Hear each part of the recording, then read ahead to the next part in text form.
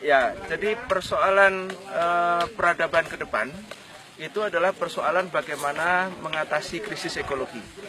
Nah, di Jawa krisis ekologi itu ditunjukkan oleh bagaimana kita melihat persoalan luas tutupan lahan yang semakin hari semakin hilang. Jadi ada konversi lahan dari kawasan hutan ke kawasan non hutan, terutama kawasan-kawasan yang kemudian menjadi bare land.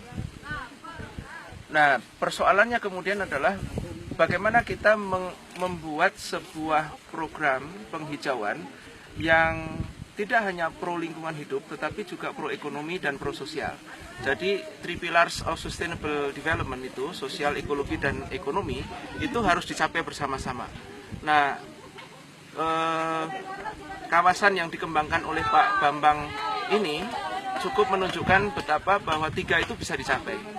Yang pertama, ekologi jelas, karena tadinya kawasan yang sangat tandus, gundul, kemudian sekarang ada pepohonan yang setiap batang itu adalah akumulasi karbon. Jadi ini menandakan satu perjuangan dilewati, yaitu bagaimana mengakumulasikan stok karbon di bumi ini.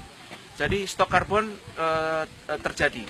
Nah, setelah stok karbon terjadi dalam bentuk tegakan seperti ini, pada suatu saat ini harus dipanen. Ini harus dipanen, karena karbon yang tidak dipanen juga tidak akan ada gunanya, karena dia akan tumbang lalu terdekomposisi dan kemudian akan menghasilkan emisi kembali. Nah, jadi supaya tidak terjadi emisi, ini harus dipanen, karbonnya kemudian dijadikan furnitur atau apapun yang kemudian permanen menjadi karbon digunakan oleh masyarakat. Artinya apa? Bernilai ekonomi. Jadi, setelah ekologi selamat, ekonomi bisa diselamatkan. Nah, yang ketiga adalah setelah ekonomi bisa dihasilkan, kemudian bagaimana itu mendistribusikannya kepada masyarakat.